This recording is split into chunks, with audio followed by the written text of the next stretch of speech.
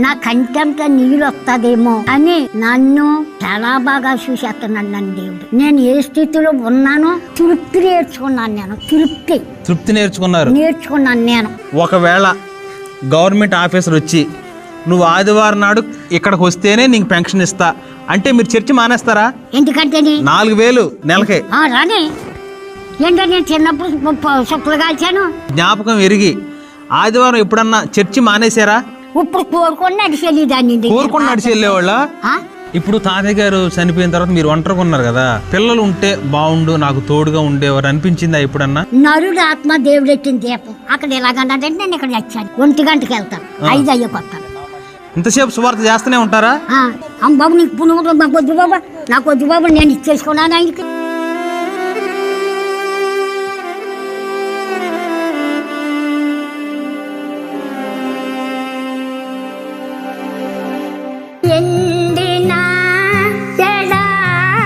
బ్రతుకులో నిందైన ఆశ నీవేగా యేసు, నిందైన ఆశ నీవేగా.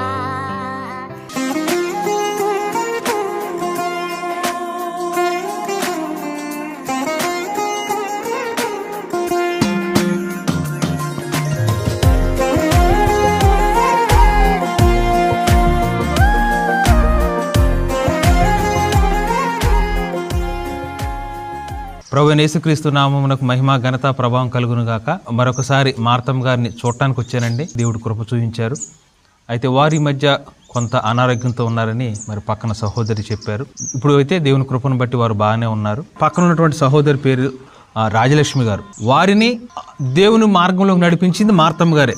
ఆ ప్రేమతో వారే అప్పుడప్పుడు మార్తమ్మ గారికి అన్ని పరిచర్యలు అంటే ఏదన్నా మరి ఆరోగ్యం బాగలేకపోయినా ఇలాగా చేస్తూ ఉన్నారనమాట. అందుని బట్టి వారికి నేను కృతజ్ఞతలు చెప్తా ఉన్నాను. వందనాలమ్మ. అయితే మార్తమ్మ గారిని మరి కొన్ని విషయాలు వారి భర్త గారు చనిపోయిన తర్వాత వారి జీవన విధానం ఎలాగుందో కొన్ని విషయాలు వారిని అడిగి మనం తెలుసుకుందాం. అమ్మా వందనాలు. ఎలా ఉన్నారు? బాబు దేవుని దయ వలన నేను బాగానే ఉన్నాను. ఇప్పుడు తాతయ్య గారు లేరు కదా, తాతయ్య గారు ఉన్నప్పుడంటే తాతయ్య గారు మీరు చక్కగా ఉండేవారు, తాతయ్య గారు ఏదో తెచ్చేవారు, మీరు తినేవారు. మరి ఇప్పుడేమో తాతయ్య గారు లేరు. తాతయ్య గారు లేకపోయినప్పటికైనా కానీ తాతయ్య గారి కంటే నన్ను ఇంకా నేను ఎలాగని కిందకి దిగిపోతే నాకు ఏదన్నా తగులుతే దాన్ని ఎంతగా బాగా చూసుకుంటున్నాడు దేవుడు. నన్ను ఎంతగా బాగా చూసుకుంటున్నాడు దేవుడు.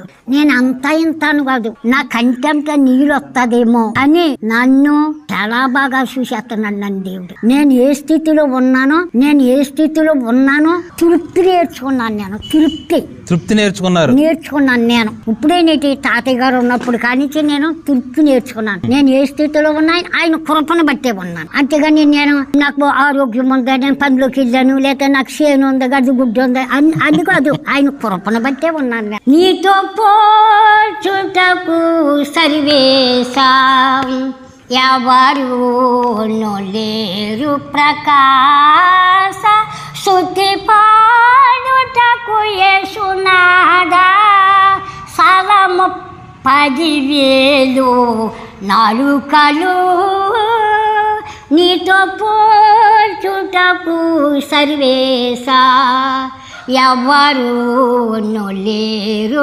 ప్రకాశ. నశించెను ఎండి బంగారము, లోకమాయలో గతించెను.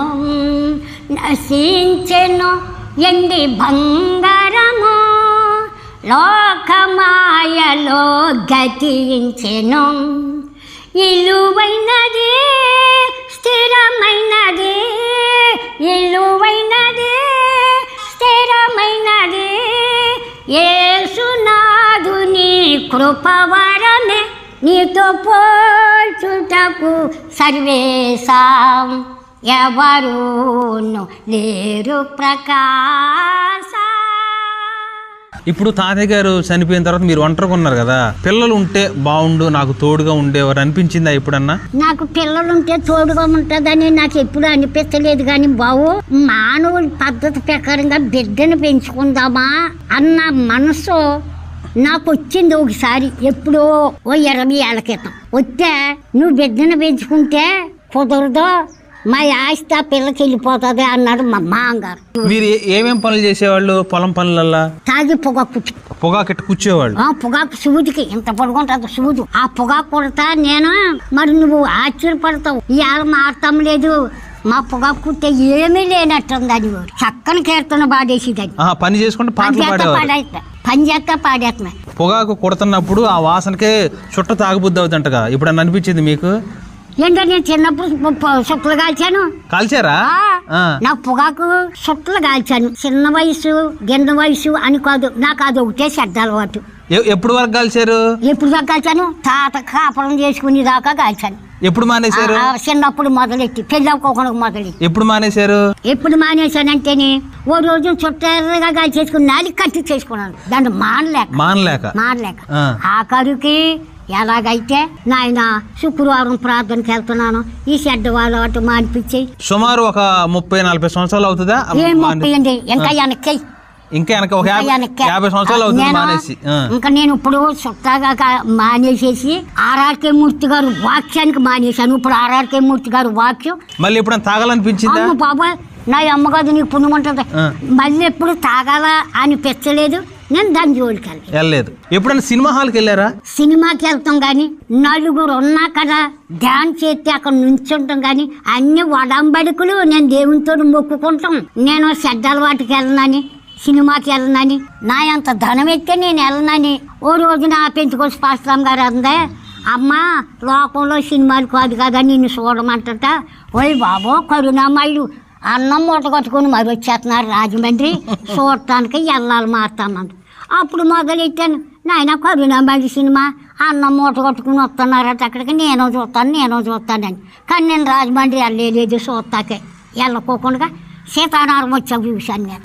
ఆ సినిమా కానీ లోకం నాటికి కానీ గీటికి కానీ చూడను. మరి నేను టీవీ కాడికి వెళ్ళకోకుండాను ఇంత నిర్ణయానికి ఎందుకు వచ్చానంటే, మధువు ఏనా చూసి వచ్చారు కోరుకుంటా. వాళ్ళు అన్నా చెల్లులో చెడ్డ అలవాట్లు మానేయండమ్మా, టీవీ కూడా మీకు అనవసరమే, మీకు మిమ్మల్ని చూడొద్దని అంటలేదు అని అక్కడ 3 రోజులు రాత్రులు పొగులు. ఇక్కడ తాతయ్యకి ఇప్పుడు సోడ బియ్యం వండేసి ఇప్పుడు కోరుకొని నడిచి వెళ్ళేదాన్ని.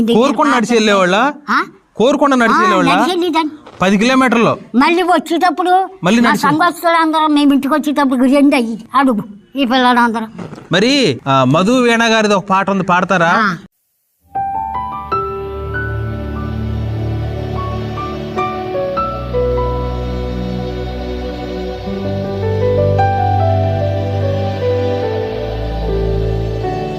హరమును ప్రభువా వరములు అడుగా, నేనెతకి తిని నీ పాదములను, నేనెతకి తిని నీ పాదములను. పరమును ప్రభువా ధన ధాన్యములు సర్వ సంపత్తులు సర్వ సుఖములు నేను కోరలేదు. ధన ధాన్యములు సర్వ సంపత్తులు సర్వ సుఖములు నేను కోరలేదు. నీ ప్రేమ నీ కరుణ నీ కృపయే చాలు, నీ ప్రేమ నీ కరుణ నీ కృపయే చాలు. నిన్నుగాక మరి దేన్ని నేను కోరలేదు, నిన్నుగాక మరి దేన్ని నేను కోరలేదు. పరమును ప్రభువా వరములు అడుగా, నేనెతకి తిని నీ పాదములను, నేనెతకి తిని నీ పాదములను. పరమును ప్రభువా. చాలా బాగా పాడారు, భలే గుర్తు పెట్టుకున్నారు. ఎప్పుడు నేర్చుకున్నారు ఈ పాట? ఆ అమ్మాయి గారి దగ్గర పాటకి వెళ్ళి కథ రాగమను కథ మొదలు పట్టుకుని వచ్చాను. అంటే పల్లవి పట్టుకుని వచ్చారు, పట్టుకుని వచ్చాను. ఆ రాగం పట్టుకుని పల్లవి ఆ రాగం పట్టుకుని వచ్చిన తర్వాత ఇంకా నాయన ఇది నాకు నేర్పు అని మా పాత్రలో వచ్చిన పిల్లలు ఏదో కూతాడుతుంటే నేను కాత ఆడుతుంటే అలాగని నేర్చేసాను. మొత్తం నేర్చుకున్నారు. ఇది వచ్చా ఇశ్రాయేలు దేవుడు ఇశ్రాయేలీయుల దేవుండే ఎంతో స్తుతి నొందునుగా అది కూడా కంటది కదా.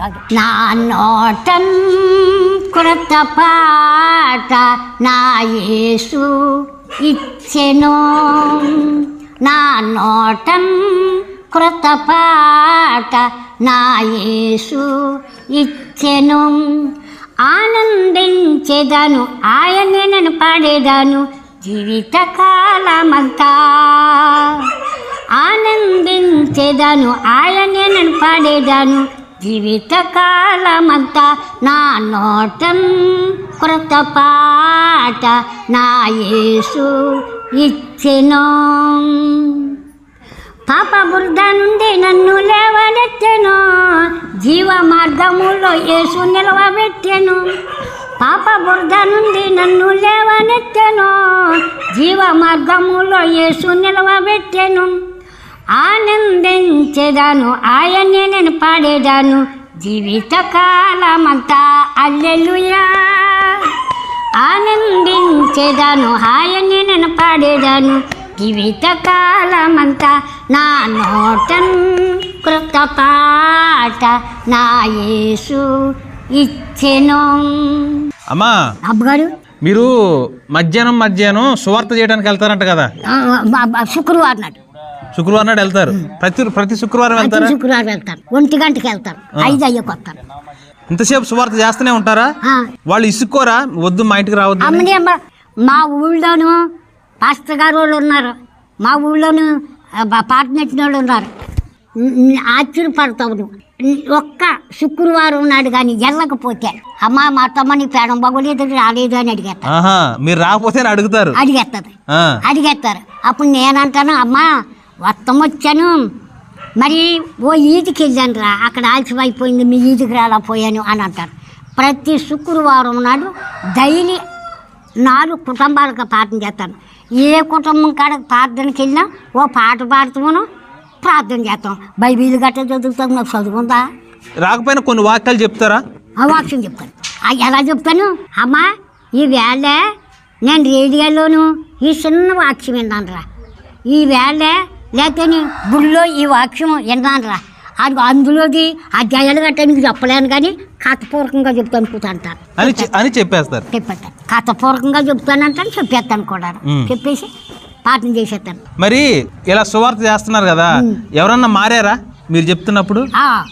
ఒక ఆవిడ అలమండ సీతయ్యమ్మ గారు వాళ్ళ పెద్ద కోడు మారుతమ్మా, నువ్వు ఇది ఎలాగా అది అలాగని పాస్టర్ గారి కంటే ముందు వచ్చావు. ఓ మాట చెప్పావు. నువ్వు చెప్పిన ప్రతి మాట కూడా అప్పుడైతే నాకు దేవుడికి తెలవక, ఇప్పుడైతే నువ్వు చెప్పిన మాట అంతా కూడా నాకు నేర్పావు మారుతమ్మా. ఇందులో ఇంత శక్తి ఉందని, ఇందులో ఇంత బలం ఉందని మారుతమ్మ. నువ్వు చెప్పిన పనులన్నీ కూడా నాకు ఒక్కొక్కటి చాలా నేర్చుకున్నాను మారుతమ్మ. నువ్వు మా పాస్టర్ గారి కంటే బాగా చెప్పావు నాకు. మరి ఇప్పుడు తాతయ్య గారు చనిపోయిన తర్వాత మీ బంధువులు వస్తున్నారు చూడటానికి? వస్తున్నారా? వస్తారు, మళ్ళీ వెళ్ళిపోతారు. వాళ్ళు వచ్చిన వాళ్ళు నన్ను రమ్మంటున్నారు. బాబు నీకు నమస్కారం. వాళ్ళు నన్ను వచ్చాయి, నీకు ఎవరున్నారు, ఇంటికి తాళం వేసుకుని వచ్చాయి 4 రోజులుండు, మళ్ళా వద్దు కానీ అంటున్నారు. మీ పాస్టర్ గారు నాకు మారుతమ్మ గారు కానుకిస్తారని చెప్పారు కదా, ఎక్కడి నుంచి తెచ్చిస్తారు కానుక? ఎక్కడి నుంచి తెచ్చిస్తారు? నా యేసయ్యేశ్వరి నా గొప్ప దేవుడి నుంచి. మా తమ్మి ఇలాగందా అనుకున్నావు కాక, నేను నెలకి 50 రూపాయలు కరెంటు కట్టాలి గుళ్ళోది. మా ఇంటికాడ కట్టుకున్నది గొప్ప ఏం కాదు. నేను నెలకి 50 రూపాయలు కరెంటు కట్టాలి. గుడి బిల్లులో కట్టాలి మీరు? నేను అందరం తలకు 50 కడతాం. అంతేగాని పాస్టర్ గారు కట్టాలి కరెంటు ఖర్చు. నేను మీ తాత నీ చేతిలో ఉంటాయి అలాగని నాకు ప్రత్యేకంగాను ఒక 1000 రూపాయలు ఇచ్చేసిపోయాడు. నేను ఈ కానుకలకు ఉపయోగపడుతున్నా కానీ 10 రూపాయలు ఇటు కలరస్కాయ తాగలేదయ్యా. ఎందుకు 10 రూపాయలు ఇటు కలరస్కాయ దగ్గర నా కానుకలకు చాలవని.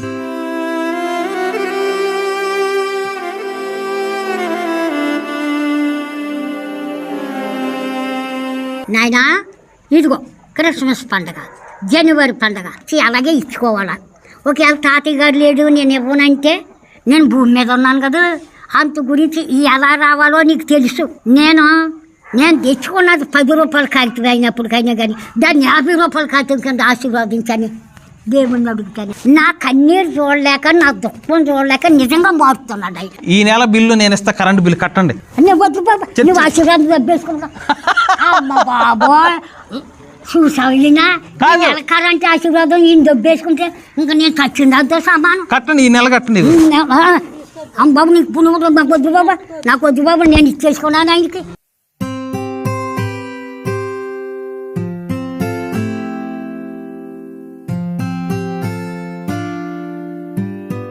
ఇప్పుడు అంత కష్టపడడం ఎందుకు, తీసుకోవచ్చు కదా డబ్బులు. వద్దు వద్దు, ఎందుకంటే మీరు నమ్మండి, నేను కరెంట్ ఎలా కడుతున్నానో 10 రూపాయలు 20 నెలకి, 20 30 నెలకి, ఓ సంవత్సరం 40, ఇప్పుడు 50.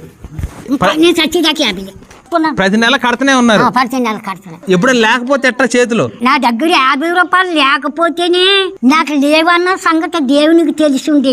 ఆ 50 రూపాయలు ఆయన ఎత్తాడు, ఎలా తెచ్చేస్తాడు అంత మటుకు నేను ధైర్యంగా చెప్తాను. మరి మా ఇంటికి వెళ్ళారండి, నేను ఏం చెప్తానో తెలుసా? ఎవరితోటి?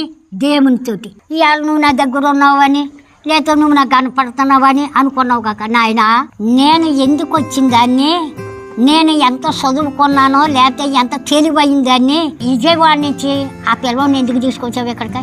నువ్వు తీసుకొచ్చావంటే ఎన్ని రోజుల నుంచో నువ్వు ప్లాన్ మీద ఉన్నావు, నీ ప్లాన్ నెరవేర్చుకుంటా కానీ తీసుకొచ్చావు. కానీ లేకపోతే ఆ అబ్బాయి గారు పల్లెటూరు రాడు, నేనే చదువుకున్నానా, నేను పెట్టుకొచ్చి పాటను కాడికి వెళ్తాను, నేను క్రీస్తు పాటను కాడికి వెళ్తాను, నేను ఫెలోషిప్ పాటను కాడికి వెళ్తాను, నేను లోదర్ మేసన్ పాటను కాడికి వెళ్తాను.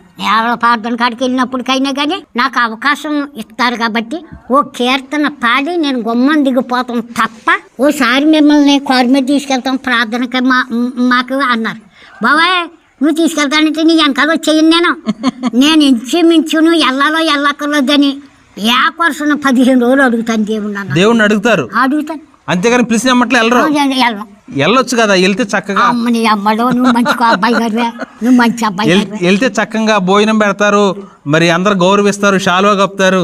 నాకు గౌరవిస్తాం గౌరవిస్తాం కాదు, నేను ముందే చెప్పాను నీకు నేను ఏ స్థితిలో ఉన్నానో ఆయన కృపను బట్టే ఉన్నాను. నాకు ఇది చాలు. ఇప్పుడు కొంతమంది కార్లు తీసుకొచ్చి మీతో ప్రార్థన చేయించుకుంటున్నారు కదా, మీకు కొంచెం గర్వంగా ఉందా? మీకు అయ్యా అమ్మ బాబోయ్ గర్వం కానీ నేను కోరికలు కానీ అన్నాను అని అనుకో, నీతో చెప్తున్నాను కొత్త సంవత్సరం చూడలేను ఇంకా డన్. నా లైఫ్ అయిపోతాడు. నరుడు ఆత్మ దేవుడు ఎట్టిన దీపం. అక్కడ ఎలాగన్నాడంటే నేను ఇక్కడ చచ్చాను, అక్కడ ఎలాగన్నాడంటే నేను చచ్చాను. ఆరు కారు కోసం వచ్చారా, కొత్త కారు కొనుక్కున్నారా, వాళ్ళు ప్రార్థన చేయమన్నారా, పొడవు కింద ప్రార్థన చేశానా, బావా నేను పాస్టర్ రమ్మన గేట్ రమ్మన కుటుంబం వచ్చారు, ఇంకొకరు కుటుంబం వచ్చారు, ఇంకొకరు కుటుంబం వచ్చారు.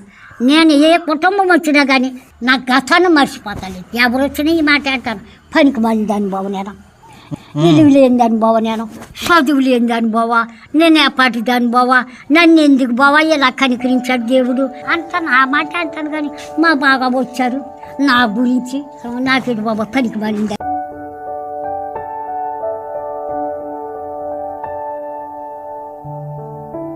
అర్పింతును నా జీవితం చిరకాలము నీ కోసము, దాచుము నన్ను నీ బాహుములో ప్రభు యేసుకే.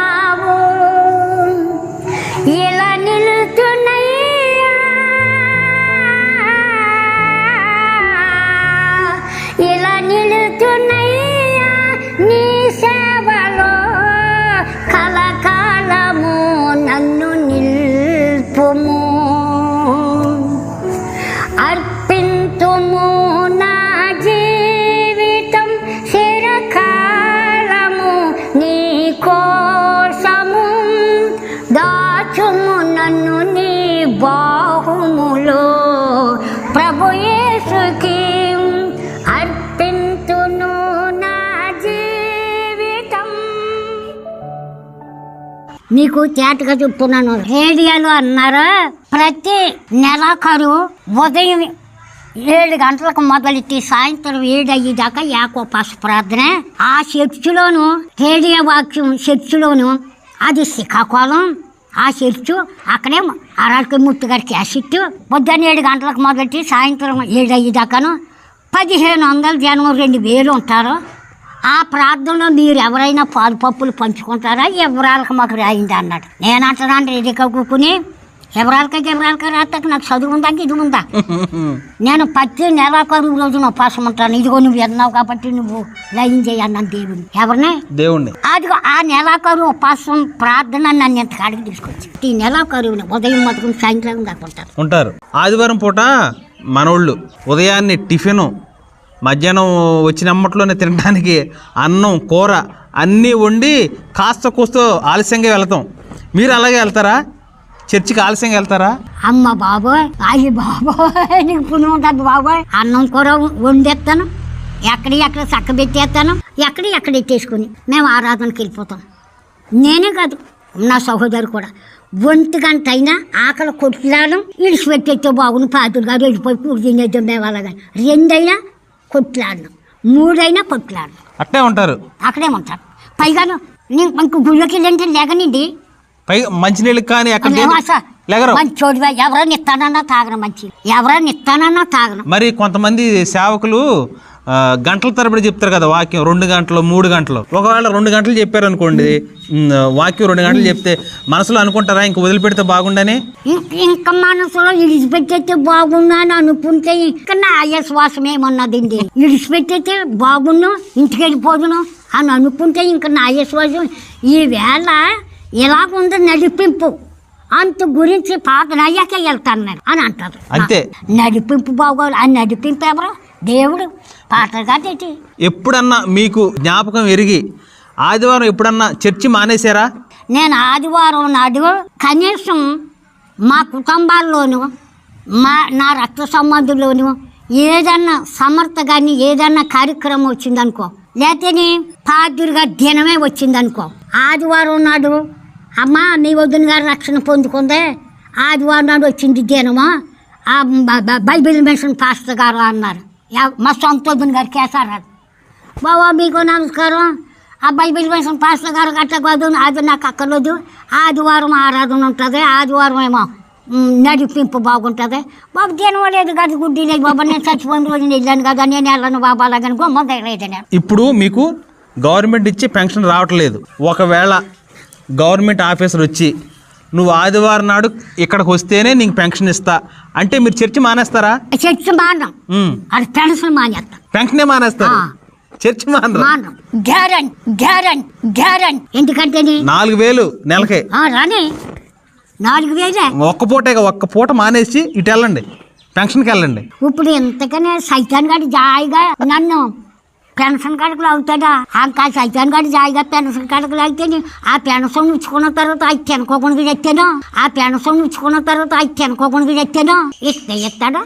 ఏ బాపోతాడు. ఆదివారం గుడి మానం. అనారోగ్యంగా ఉన్నప్పుడు తాతయ్య గారు ఉన్నప్పుడు అనారోగ్యంగా ఉన్నప్పుడు ఒక ఆదివారం దొంగతనం చేశాను. నీరుడు ఇంక చెప్పలేను. 2 దుప్పట్లు వేసి కప్పెట్టినాని చలి చేరలేదు, అంత జ్వరం వచ్చేసింది. గుమ్మం దిగలేకపోతున్నాను. అవుటికి రాలేదనుకో ఇంకెక్కడే మంచం ఇక్కడే. నేను ఆ రోజుని దొంగతనం చేశాను. ఎందుకంటే నా అనారోగ్యం గురించి దొంగతనం చేసి ఏమన్నా నేను నవ్వబోవా దేవుడితోటి, నాయనా నేను నీ ఆలయం కాడికి రాలేకపోయానయ్యా, అయ్యా నీ సన్నిధానం కాడికి రాలేకపోయానయ్యా, అయ్యా నేను ఎందుకు రాలేకపోయానో నీకు తెలుసు కదయ్యా, అయ్యా ఎందుకు రాలేకపోయానో నీకు తెలుసు కాబట్టి నేను నా కన్న తండ్రి నీకు వందనాలు ప్రభా. ఇదిగో ఈ ఆదివారం నాడు నేను రాలేనందుకు గాను నన్ను క్షమించు నాయన, నీ పాదాలు పట్టుకున్నాయన. నువ్వు నన్ను క్షమించకపోతే నేను బతకలేరు నాయన, ఇక్కడ నేను బతకలేరు నాయన.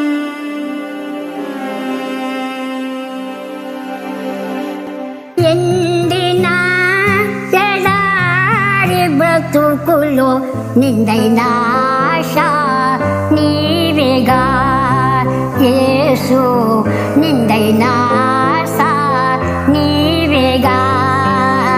ఎండిన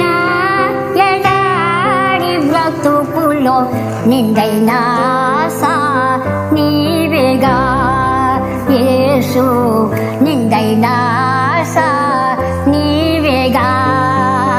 తడబడి నిన్న పాదములకు తోడు నీవే కదా యేసు, తోడు నీవే కదా. ఎండమాములు చూసి నేను అలసి వేసారితి, ఎండమాములు చూసి నేను అలసి వేసారితి. జీవజలమైన ఓట నీవై సేద తీర్చితివి, నా బలము నీవైతివి యేసు, బలము నీవైతివి. ఎండిన ఎడారి బ్రతుకులో నిండైన ఆశ నీవేగా యేసు, నిండైన ఆశ నీవేగా. అది అరవిత్నాయన ఎవరు? అమ్మా చిన్న ప్రార్థన చేయండి. అలాగండి. స్తోత్రము స్తోత్రము స్తోత్రము స్తోత్రము స్తోత్రము స్తోత్రము స్తోత్రము స్తోత్రము స్తోత్రము స్తోత్రము స్తోత్రము స్తోత్రము. నా తండ్రి నీకు లెక్కలేని వందనాలయ్యా, నీకు లెక్కలేని స్తోత్రాలయ్యా. నువ్వు స్తుతులకి స్తోత్రాలకే కారణభూతుడు. ఇంక స్తుతులు స్తోత్రాలు ఏడే వారికి చెందితాకి వీల్లేదు నాయనా, నీకే చెందాలా. అయ్యా జాలి కలిగిన తండ్రి, కరుణ కలిగిన తండ్రి, నీ కుమారుడు నా కన్న తండ్రి అబ్బాయి గారు నీ చేతులకు అప్పచెప్పుకుంటున్నాను. నీకు స్తోత్రాలు అయ్యా. జమీందారులు లాంటివారు, లక్షాధికారులు లాంటివాళ్ళు, ఉద్యోగస్తులు నా తండ్రి, మా తమ్మగారు మా తమ్మను కలుసుకుంటానికి నాయన ఇంతమంది బిడ్డలు నా కన్న తండ్రి నీకు స్తోత్రాలు. నాయనా నువ్వే తీసుకొస్తున్నావు, నువ్వే ఆరికి నాకు అర్థండి. నాలో ఏం మంచితనం లేదు, నేను ఎవరికి మంచీలు కూడా ఇవ్వలేదు. నేను మంచీలు ఇస్తాను కూడా నాకు అన్న తండ్రి, నేను మంచినీళ్ళు ఇవ్వడానికి కూడా నా తండ్రి నీకు వందనాలు. నేను తగ్గిందాన్ని కాదు వారికి నాయనా నీకు వందనాలు, నీకు స్తోత్రాలు. ఆ బిడ్డలు నా జాలి కలిగిన తండ్రి, నా కరుణ కలిగిన తండ్రి నీకు స్తోత్రాలు. ఇంకో నాయన అబ్బాయి గారు నాకు అన్న తండ్రి, ఆయనకుంటాము. ఆయన ఎంత అవకాశం తీసుకుని నాకన్న తండ్రి నన్ను చూడటానికి కానీ బావు నాయన ఈ పల్లెటూరు ఆ బిడ్డలను తీసుకొచ్చావంటే నాకన్న తండ్రి, దాంతో నీ కృప, నీ జాలి, నీ ప్రేమే కానీ ఇందులో మా గొప్పతనం, మా మంచితనం అసలు ఏమీ లేదు ప్రభా. నీకు స్తోత్రాలు స్తోత్రాలు స్తోత్రాలు స్తోత్రాలు. మేము ఈ తరుణాన్ని ఎలా ఉపయోగించుకుంటామని నీకెప్పుడో తెలుసు, నీకెప్పుడో తెలుసు, నాకు ఇప్పుడే తెలుసు. ఎందుకంటే నేను మానవురాలిని కాబట్టి నాకు తెలుసు నాయన. నాయన నీ ఆలోచన, నీ తలంపులు చాలా గొప్పవి ప్రభా, ఊహించలేను ప్రభా. ఇదిగో నాయన ఈ శ్రేష్టమైన సమయంలో, చక్కని సమయంలో నీ కుమార్తె నా సహోదరి అయ్యా పరిశుద్ధాత్మ తండ్రి నీకు వందనాలు. అయ్యా నీ కుమారుడు అబ్బాయి గారు, అయ్యా నీ కుమారుడు ఆ అబ్బాయి గారు నీ పాదాల కాడ చెప్పుకున్నాను ప్రభా. నువ్వు విన్నావు ప్రభా, ఇక్కడ ఉన్నావు ప్రభా. మా ప్రార్థన, మా విజ్ఞాపన నీ పాద సన్నిధి కాడికి, నీ సింహాచలం కాడికి సాంబ్రాను పొగలాగా, గుగ్గులు దోపంలాగా మా ప్రార్థన సంపూర్ణ జ్ఞాపకం చేసుకుని నీకే మహిమ ఘనత ప్రభావాలు పొందుకోమని నా ప్రభువును యేసుక్రీస్తురా వేడుకొనిచున్నాను తండ్రి. వందనాలండి. అయితే మార్తమ్మ గారికి మంచి అయినా చెడ్డైనా కొంచెం ఇంటికి ఒక 2 ఇళ్ళ అవతలే సహోదరి రాజలక్ష్మి గారు ఉంటారు. అమ్మ మార్తమ్మ గారికి ఎలాంటి పరిస్థితి అయినా మీరు నా నెంబర్ ఉంది కాబట్టి మీ దగ్గర నాకు చెప్పండి. దేవుని చిత్తం అయితే ఏదైనా సరే ఏర్పాటు దేవుని కృపలో మనం చేద్దాము. ఇదండి విషయం. మీరు మార్తమ్మ గారి ఆరోగ్యం గురించి ప్రార్థన చేయండి. ఈ సహోదరి మార్తమ్మ గారికి ఇచ్చిన సహవాసాన్ని బట్టి నేను చాలా సంతోషిస్తున్నాను. నేను కూడా తరచూ రావడానికి ప్రయత్నం చేస్తాను దేవుని కృపలో. మార్తమ్మ గారిని మరలా ఈ విధంగా కలుసుకొని వారి అనుభవాల్ని, వారి విశ్వాస జీవితాన్ని ఈ విధంగా మీ ముందుకు తీసుకురావడానికి మరి దేవుడు మరలా మనకు ఒక మంచి అవకాశం దయచేశారు. ఈ మాటలు విన్న మనం అందరం కూడా వారికి ఉన్న విశ్వాసంలో కొంతైనా మనం నేర్చుకోవడానికి ప్రయత్నం చేద్దాం దేవుని కృపలో. మరి శ్రేష్టమైన సమయాన్ని మనకు అనుగ్రహించిన దేవునికి, అలాగే మనతో ఉన్నటువంటి మార్తమ్మ గారి సహోదరి రాజలక్ష్మి గారికి మరి వందనాలు చెల్లిస్తూ ఉన్నాను. వందనాలు మీకు కూడా వందనాలు. Praise the lord. మాట ఇచ్చి తప్పుటకు మనిషి కాదమ్మా, మౌనముగా నుండుటకు రాయి కాదమ్మా, మరచిపోవుటకు ప్రభుకి మరుపు లేదమ్మా, విననేరక ఉండుటకు విసుగురాదమ్మా. మాట మరచి తప్పుటకు మనిషి కాదమ్మా. మౌనముగా నుండుటకు రాయి కాదమ్మా. మరచిపోవుటకు ప్రభుకి మరుపు లేదమ్మా. విననేరక ఉండుటకు విసుగురాదమ్మా. గురుతేనమ్మా నీ స్థితి, గురుతేనమ్మా. ఎరుకేనమ్మా నీ వెతలెరుకేనమ్మా. నీవంటే నీ తండ్రికి ప్రేమేనమ్మా. తన చేతులలో నీ రూపం చెక్కాడమ్మా. నీవంటే నీ తండ్రికి ప్రేమేనమ్మా. తన చేతులలో నీ రూపం చెక్కాడమ్మా.